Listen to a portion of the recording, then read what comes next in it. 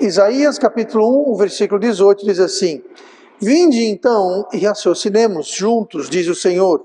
Ainda que os vossos pecados sejam como a escarlata, eles se tornarão brancos como a neve. Ainda que sejam vermelhos como o carmesim, se tornarão como a branca lã. Hoje nós vamos ver mais uma pérola, uma verdade preciosa no caminhar cristão, que serve para nos ajudar a caminhar animados, fortalecidos e sempre constantes. E hoje eu quero falar sobre a mudança do passado, a mudança do passado. É fácil entender e compreender as seguintes situações. Primeira, é fácil entender a mudança do futuro. Como nós podemos mudar o nosso futuro? Se você quer um futuro melhor, é fácil entender que para ter um futuro melhor, eu preciso mudar o presente. Então, se eu mudo o presente, então o meu futuro vai ser mais promissor. Eu posso até entender mudar o passado do futuro. Como assim, pastor? Eu não posso mudar o passado, mas eu posso mudar o passado de amanhã, o passado do ano que vem. Como? Mudando o presente. Eu não sei se vocês sabem disso, mas o passado de amanhã é o presente de hoje. Então, se você quiser mudar o seu futuro passado, mude o presente. Amanhã, o que você fizer hoje vai fazer parte do seu passado. Então, você pode mudar o passado de amanhã mudando o presente. Você pode mudar o seu futuro mudando o presente. Mas aqui eu quero falar sobre mudar o passado. No texto que nós lemos, ele trata dessas duas questões, de mudar o futuro e mudar o passado futuro.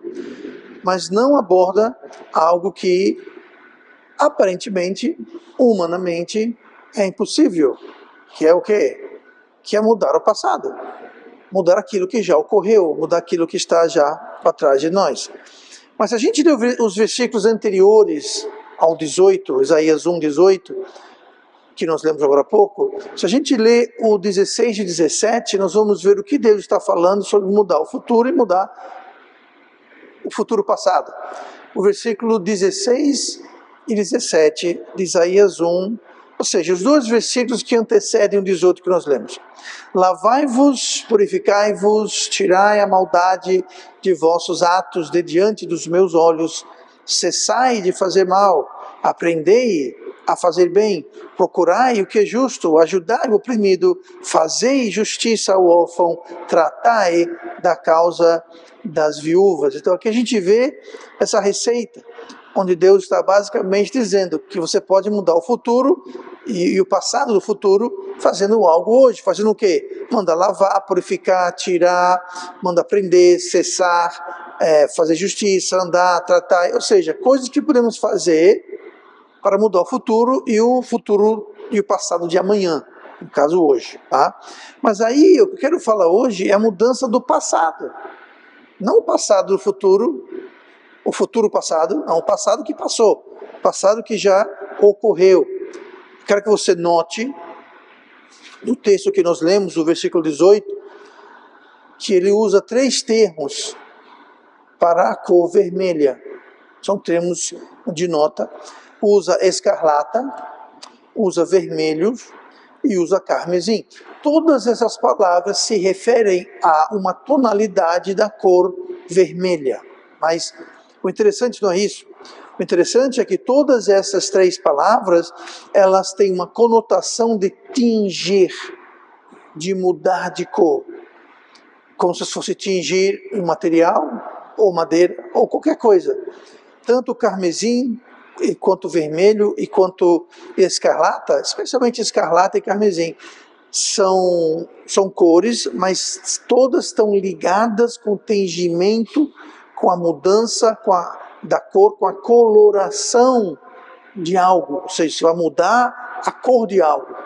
São termos usados para essa mudança. Então, o que isso tem a ver com a mensagem, pastor? Muito bem, eu quero que você imagine um pano branco, puro. Pano branco como a lã e como a neve, que também lemos no versículo 18. E temos que lembrar que quando Deus criou o homem, Deus criou Adão, Deus criou Eva, o homem foi criado puro, o homem foi criado perfeito, o homem foi criado inocente, ambos. E eles foram manchados, eles foram maculados, eles foram tingidos pelo pecado. Interessante que Deus usa no versículo 18 palavras que estão relacionadas com tingir, com mudar a cor. E o homem foi criado puro, inocente. Ele foi criado, digamos, como a lã, como a neve, branco, puro. Só que isso não ficou assim. Houve um tingimento, uma mudança, onde foram então coloridos. Então, imagina aquele pano branco, e talvez alguém já fez isso aqui, eu não sei, mas você pega um pano branco, você compra tinta de roupa, né, tingimento, você faz aquela bagunça toda, coloca o pano ali e você tinge a sua roupa. Talvez você vai usar estampa, vai fazer usando várias técnicas, você vai pintar, você vai estampar, você vai mudar aquele pano branco original e vai fazer ele diferente. Aí você fez, você olha de um lado, olha para o outro, fala, rapaz, não gostei dessa estampa, não gostei dessa cor, esse vermelho, esse marrom, esse amarelo, enfim. Me diga uma coisa, é possível reverter o tingimento? Você vai poder, por exemplo, pegar um pano branco que você tingiu de vermelho ou qualquer outra cor, você pode tingi-lo de branco para ele voltar a ser branco? Você tem um pano que você desenhou uma estampa nele, pintou, desenhou uma estampa. Você vai poder tingi-lo, lavá-lo. Por mais que você lave, que você esfregue, use sabão, detergente, mesmo que você tente tingir, nunca vai voltar a ser branco. É impossível. Porque o tingimento está na fibra, nas fibras individuais do tecido. Tanto que a palavra tecido é justamente isso, você tece, você pega as fibras do material que seja, tá? Sintético ou não, e você pega então a linha, nós pegamos uma linha, que por si já é fibras, e você tece, você vai fazendo um tecido, aí que vem o nome tecido, você tece. Então essas fibras, elas estão tingidas, impregnadas, estão manchadas com tingimento. Você não pode destingir, tanto que essa palavra não existe, eu acabei de inventá-la. Você não pode destingir, você não pode tingir por cima, você não pode lavar, esfregar, colocar na máquina e levar para o rio, para a pedra, bater. Não vai sair. Pode sair alguma coisa, mas nunca vai sair, nunca vai mudar. Por mais que a gente tente, não funciona. Então, como é que de escarlata, de vermelho e carmesim, nós nos tornamos brancos como a neve e como a lã? Porque Deus diz justamente isso. Mesmo, ou melhor ainda que os vossos pecados sejam como a escarlata, se tornarão brancos como a neve. Ainda que sejam vermelhos como o carmesim, se tornarão como a branca lã. O que a gente perde muitas vezes é isso. Esses termos de tingimento, Deus está dizendo justamente isso. Deus vai pegar uma coisa que foi tingida, maculada, na própria fibra. A essência da natureza do ser humano foi contaminada pelo pecado. Mas Deus fala, mesmo assim, vai se tornar como a neve e como a lã. Como é que isso então acontece? É o que nós vamos ver hoje. Mas vamos começar então nesse tema mudança do passado. Vamos começar olhando 2 Coríntios capítulo 5, 2 Coríntios capítulo 5, e no versículo 21, a primeira coisa que nós vamos ver da mudança é o preço dessa mudança. 2 Coríntios 5, 21 diz assim, aquele que não conheceu o pecado, o fez pecado por nós, para que nele fôssemos feitos justiça de Deus. Note aqui que no versículo 18, de Isaías 1, duas cores se destacam. A primeira cor é o vermelho e a segunda cor é o branco. O vermelho representa pureza e inocência. Era o estado em que o homem foi criado. Foi criado em pureza e inocência. O vermelho representa o pecado, o vermelho representa a culpa do pecado, mas outra coisa que o vermelho representa é o preço do pecado. Como assim o preço? Hebreus 9, 22 diz o seguinte: e quase todas as coisas, segundo a lei, se purificam com sangue. E sem derramamento de sangue não há remissão. Então você veja que o vermelho representa o pecado e a culpa do pecado, mas também representa o preço do pecado. E o preço do pecado é vermelho, é carmesim, escarlata, é o sangue. O sangue é o preço do pecado. O preço para a mudança do passado, o preço da mudança da salvação, que essa mudança do passado, como nós vamos ver, ela ocorre na salvação. O preço dessa mudança, dessa purificação, dessa remissão que nós lemos em Hebreus 9, 22, onde quase todas as coisas, segundo a lei, se purificam com sangue, e sem derramamento de sangue não há remissão. Então essa remissão, essa purificação, ela tem um preço, e o preço é sangue. O preço é sangue, mas não qualquer sangue. Não o meu sangue, não o seu sangue. Tinha que ser um sangue específico, um sangue especial. Lá em 1 Pedro, capítulo 1, versículo 19, diz assim: mas com o precioso sangue de Cristo. O precioso, por que precioso? Porque é de grande valor. Se torna precioso. Agora, você sabe disso, que a preciosidade ou o valor de algo é diretamente ligado à raridade ou à escassez. Quanto mais raro algo é, quanto mais escasso algo é, mais precioso ele se torna.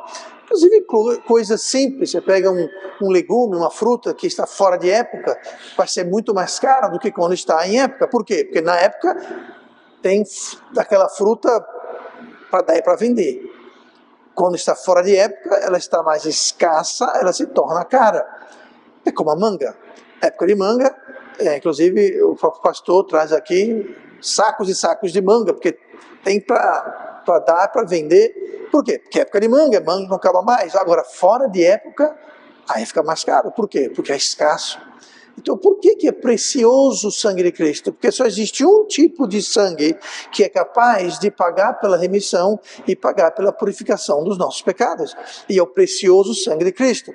Mas voltando para 1 Pedro 1,19. Mas com o precioso sangue de Cristo, como de um cordeiro imaculado e incontaminado. A preciosidade do sangue de Cristo vem justamente pelo fato que apenas o sangue de Cristo, ele é incontaminado, ele é imaculado, ele não tem pecado. É diferente do meu, do seu e do sangue de qualquer ser humano que existiu, existe ou vem existir. Todo o nosso sangue, ele é tingido, ele é maculado pelo pecado. Não o sangue de Cristo. Então o sangue de Cristo é o único que se qualifica, porque ele não é tingido, ele não é maculado.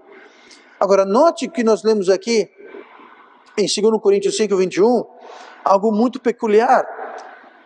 Fala que aquele que não conheceu o pecado, no caso Cristo, que não conheceu o pecado, não tinha pecado, era um sangue incontaminado, era um sangue imaculado, o fez pecado por nós.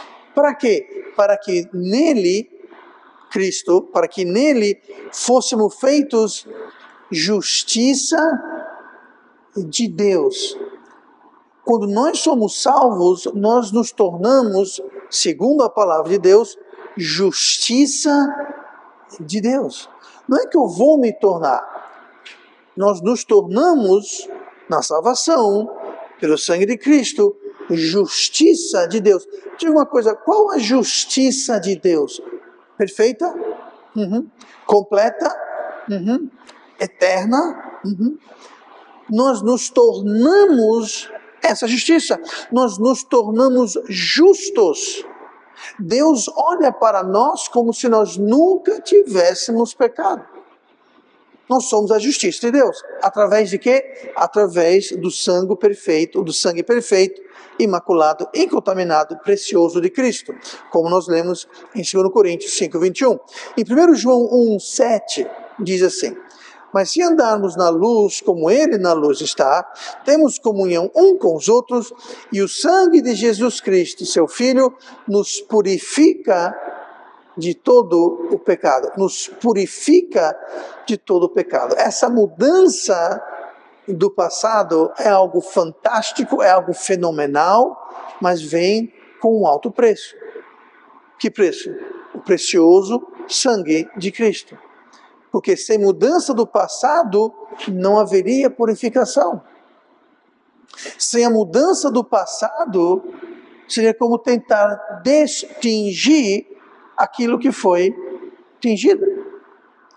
Existem situações onde você tem uma roupa branca, por exemplo, e aquela roupa branca fica tão suja, tão encardida, tão imunda, que nem você lavando, nem tingindo, ela fica branca de novo, aquela mancha não sai. Alguém tem assim, já teve uma roupa que manchou e não desmancha de jeito nenhum?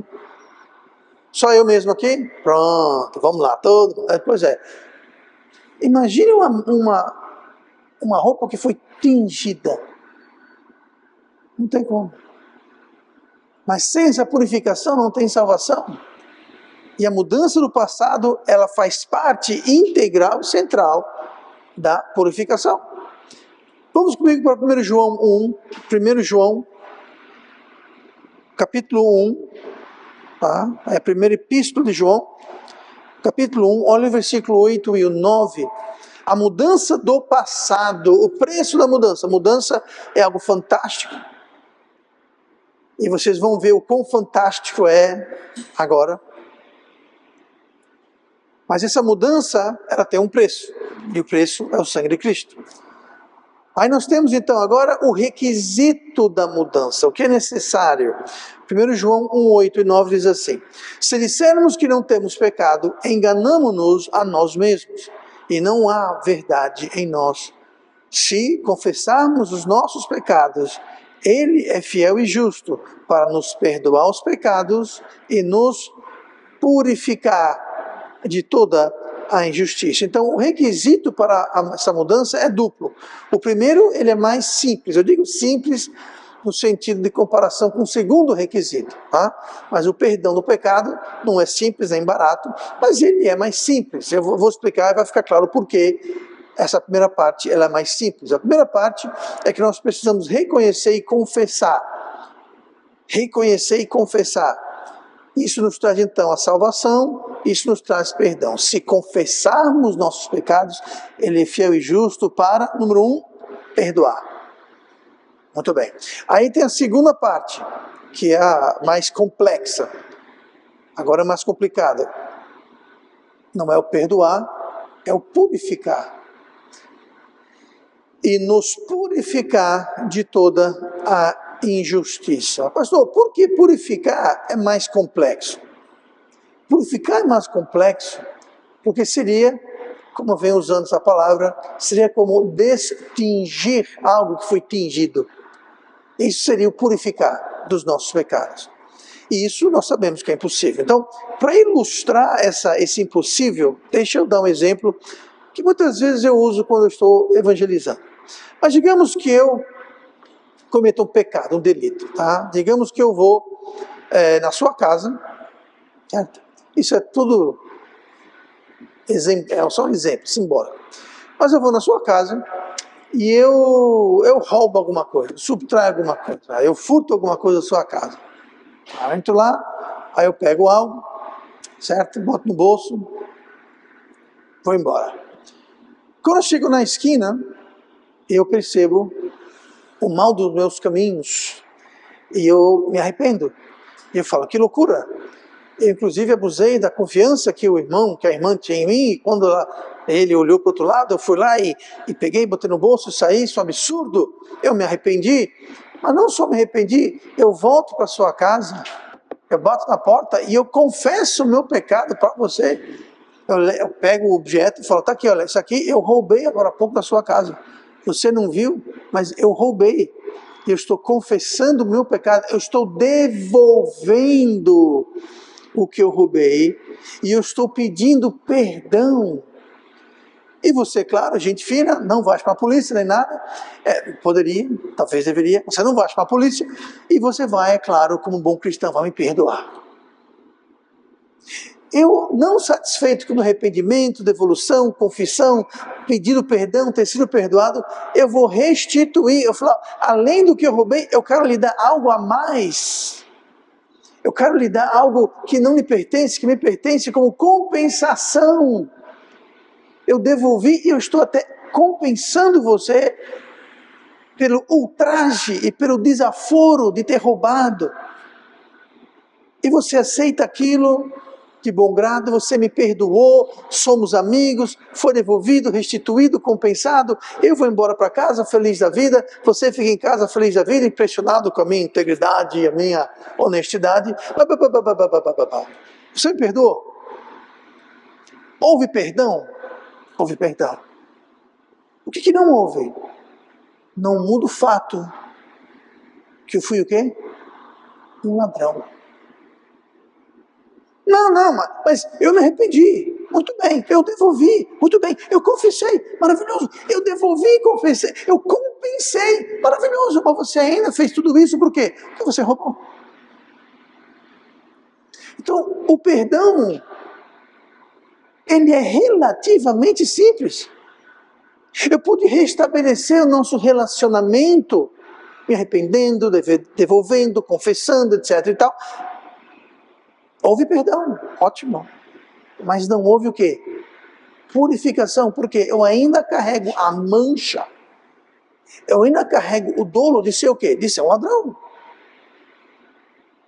Como é que eu vou desroubar? Não, você devolve. Eu devolvi, eu confessei, restituí, mas não muda o fato que no meu passado existe a mancha, o tingimento daquele pecado.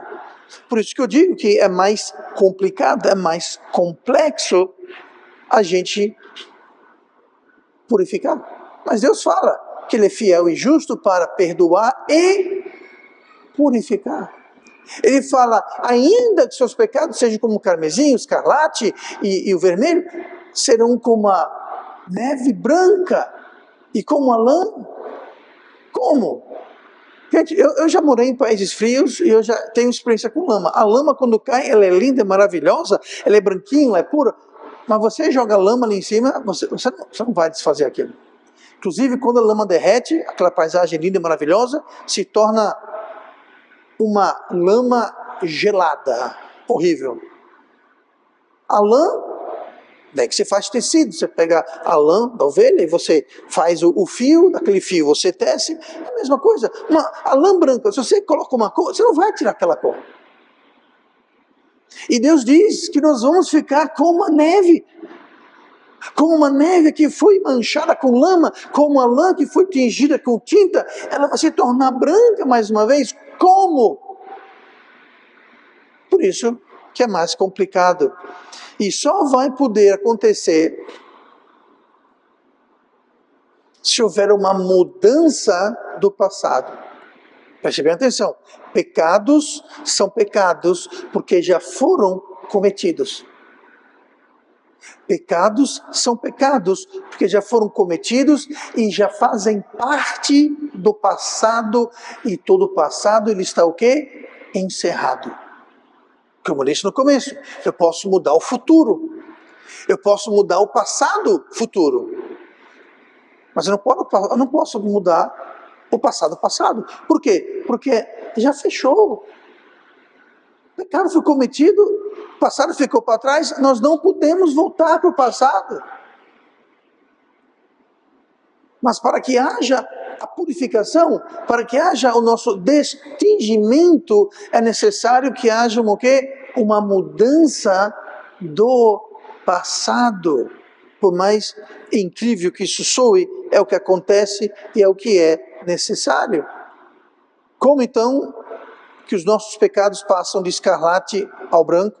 A única forma é mudar o passado. Mas, pastor, você falou que é impossível mudar o pecado. E é verdade. E a Bíblia está cheia de promessas de Deus, onde Ele diz que vai apagar o nosso passado. Então é impossível apagar o pecado sem mudar o passado. E é impossível mudar o passado, mas não para Deus. Porque Deus é o Deus do impossível. Marcos 10, 27. Jesus, porém, olhando para eles, disse: para os homens é impossível, mas não para Deus, porque para Deus todas as coisas são possíveis, inclusive mudar o nosso passado. Eu quero dar um exemplo bem prático de como Deus pode mudar o passado. Qual foi o primeiro milagre que tem na Bíblia que Jesus fez? As bodas em Canaã. Lembra? Foi o primeiro milagre onde Ele transformou a água em vinho. E não era qualquer vinho.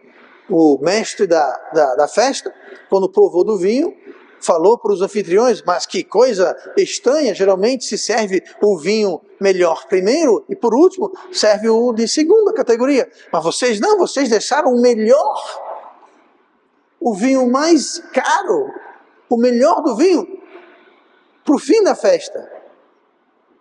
Agora pense comigo. Vinho, para ser vinho, precisa ser fermentado. Fermentação toma tempo. Inclusive por isso que nós deveríamos comer pão de verdade. Como assim? Pão, ele deve demorar a ser fermentado. Hoje em dia, o pão fermenta 5 minutos e já vai para o forno. Tá? É um semipão. Pão verdadeiro, aquele pão que tem a fermentação natural, que demora 12, 24 ou mais horas. Tá? Mas por quê? Porque fermentação demora. Você não tem como fermentar uma coisa, né, naturalmente. Então o vinho, mesma coisa. O vinho, ele precisa de um processo de fermentação. Fermentação toma tempo. Então veja bem, aquela água que estava naqueles vasos, naqueles cântaros, era água. Aquela água, num piscar de olhos, virou vinho. Diga uma coisa. Vamos voltar ao tempo. Aquele vinho não nasceu vinho. Aquele vinho foi criado, mas o vinho precisa de quê? De tempo. Deus mudou o passado daquele vinho. Ou daquela água, dependendo de onde você está vindo com o argumento, mas Deus mudou o passado. Aquela água se transformou em vinho, que é algo que toma tempo. Deus mudou o passado daquela substância. E o seu presente refletia o seu passado. Era água no presente, naquele instante. No outro instante era vinho. Vinho que você não tira o vinho, a água você tira do poço. A água você tira de uma mina de água. A água você tira ela já pronta, já água. Vinho não. O vinho precisa de tempo. Então Deus mudou o passado daquela substância. Não me pergunte como Ele fez. Eu não sou especialista em milagre. Chegar no céu, se pergunte para Ele. Mas o que houve de fato foi que houve uma mudança do passado daquela substância. E como Deus mudou o passado daquela substância, aquilo se refletiu no presente daquela substância, que foi de água para vinho. Ativamente, sem muito valor, porque tem muita água. Tem poço, tem mina, tem corrente, tem rio, enfim. Para vinho, que é algo que tem mais valor, porque é mais raro, é mais escasso, especialmente de boa qualidade.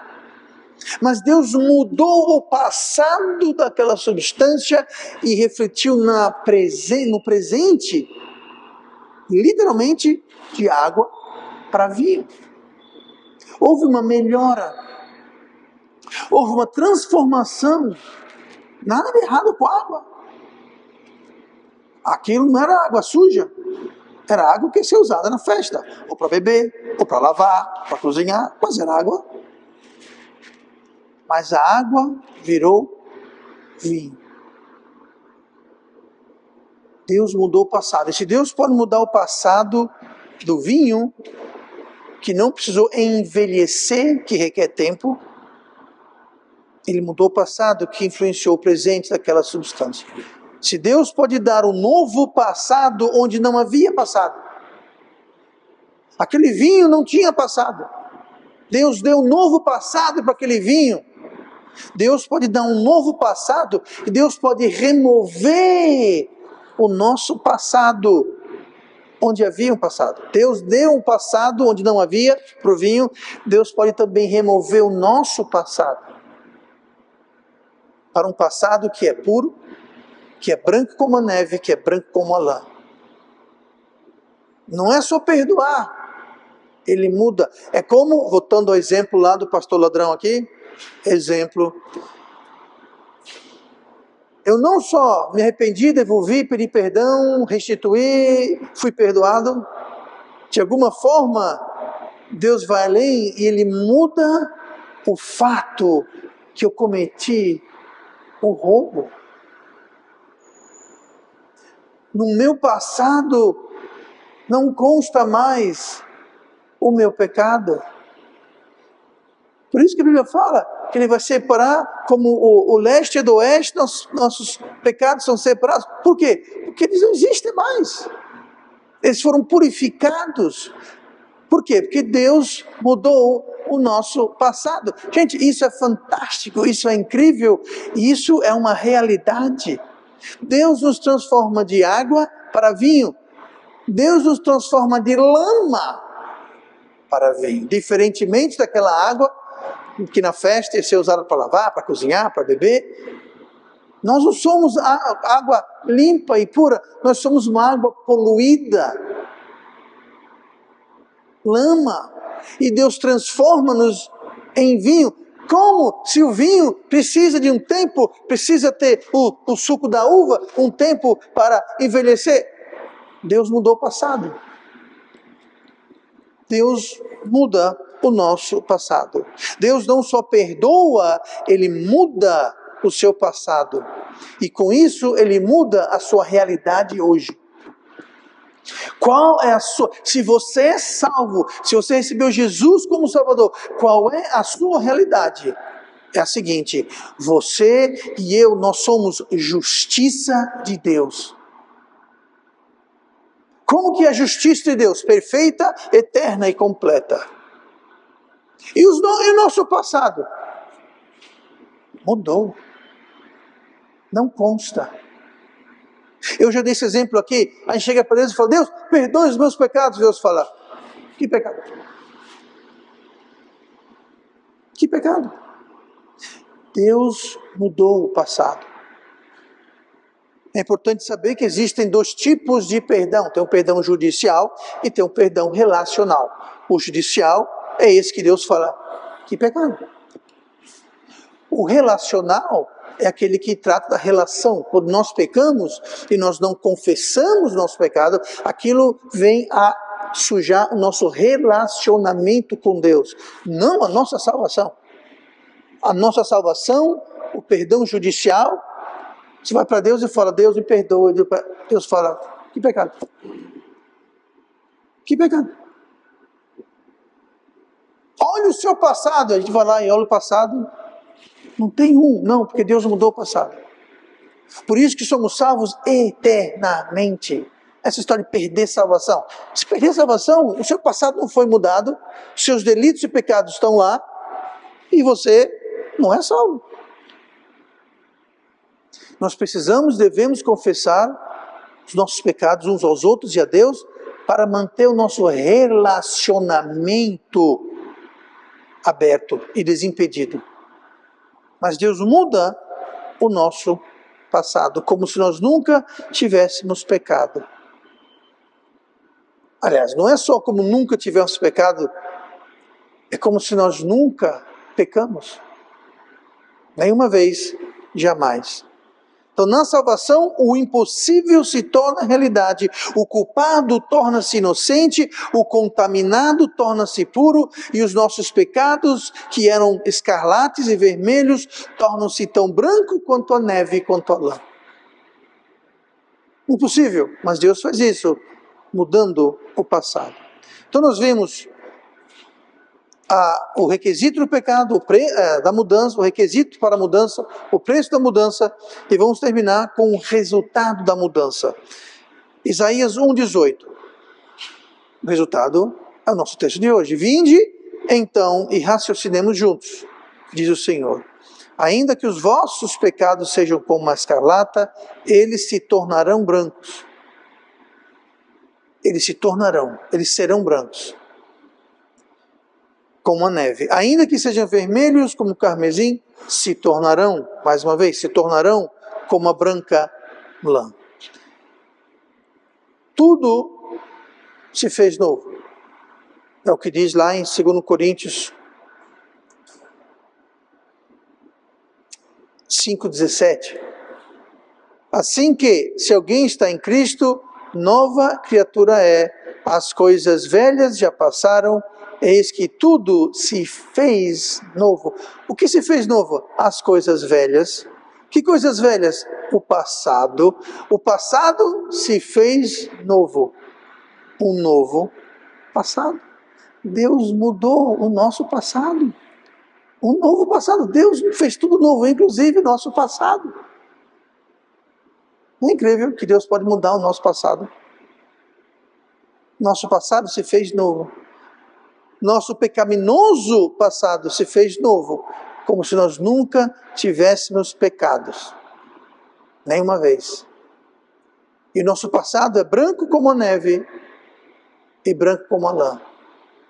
Por quê? É novo. Ele não foi distinguido, ele foi refeito, recriado. Tudo se fez novo. As coisas passadas. Passado. O que o versículo aqui está dizendo, eu vou parafrasear. Assim que, se alguém está em Cristo Jesus, nova criatura é, as coisas velhas já passaram. O passado se fez novo. Um novo passado.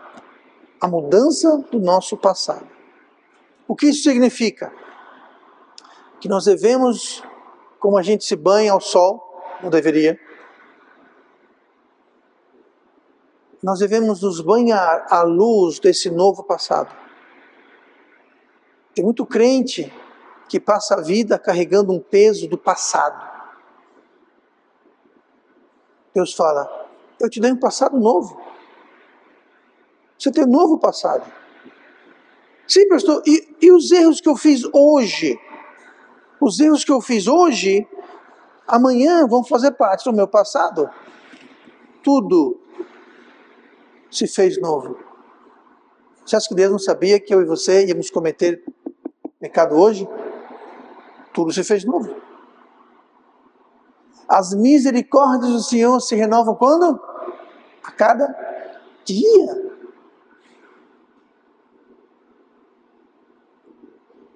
Então, isso é o quê? É uma licença, uma carta branca para a gente pecar à vontade, impunemente? Não. A Bíblia é clara, Deus açoita tudo aquele que recebe como filho, Deus açoita tudo aquele que Ele ama. Então, você não vai perder a salvação, mas não vai deixar de perder a lapada, a disciplina, os açoites, as consequências. Mas a sua salvação não tem como perder. E é triste ver pessoas que estão se esforçando. Gente, o esforço da salvação foi Cristo na cruz. É recebido pela fé. Tão somente, sois salvos pela graça, por meio da fé. Não vem de vós, é dom de Deus, não vem das obras, para que ninguém se glorie. Muito claro, muito simples. Deus muda o nosso passado. E com essa mudança, Ele cumpre sua promessa de nos fazer puros, limpos e brancos, como a lã e como a neve. Este novo passado abre caminho para uma vida pura em serviço ao Senhor. Para o crente, a coisa mais triste do pecado não é que ela vai perder a salvação, porque, como eu falei, a salvação não se perde. O mais triste do pecado para o crente é que o pecado impede, desabilita, desequipa o crente de servir a Deus. O que impede o crente de servir a Deus é o pecado. Por isso que precisamos confessar constantemente, para Deus perdoar relacionalmente e também Ele ir purificando. Quando é que Deus purifica? Sempre que confessamos o nosso pecado. Se confessarmos, Ele é fiel e justo para perdoar e purificar. Então, você confessa todo dia a Ele e vai purificando, vai purificando, vai purificando, mantendo o relacionamento aberto para que possamos servi-lo. E não é uma carta branca para viver em rebeldia a Deus. Então reconheça, agradeça e viva uma vida digna de um novo passado.